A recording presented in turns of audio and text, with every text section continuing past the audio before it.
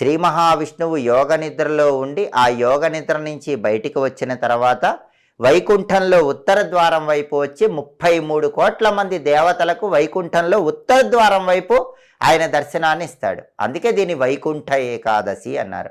వైకుంఠంలో 33 కోట్ల మంది దేవతలకి దర్శనం ఇస్తాడు కాబట్టి వైకుంఠ ఏకాదశి అన్నారు.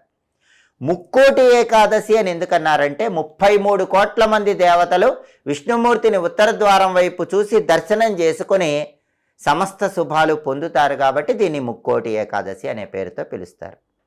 మరి విష్ణుమూర్తి వైకుంఠంలో ఉత్తర ద్వారం వైపే దేవతలందరికీ ఎందుకు దర్శనమిచ్చాడు?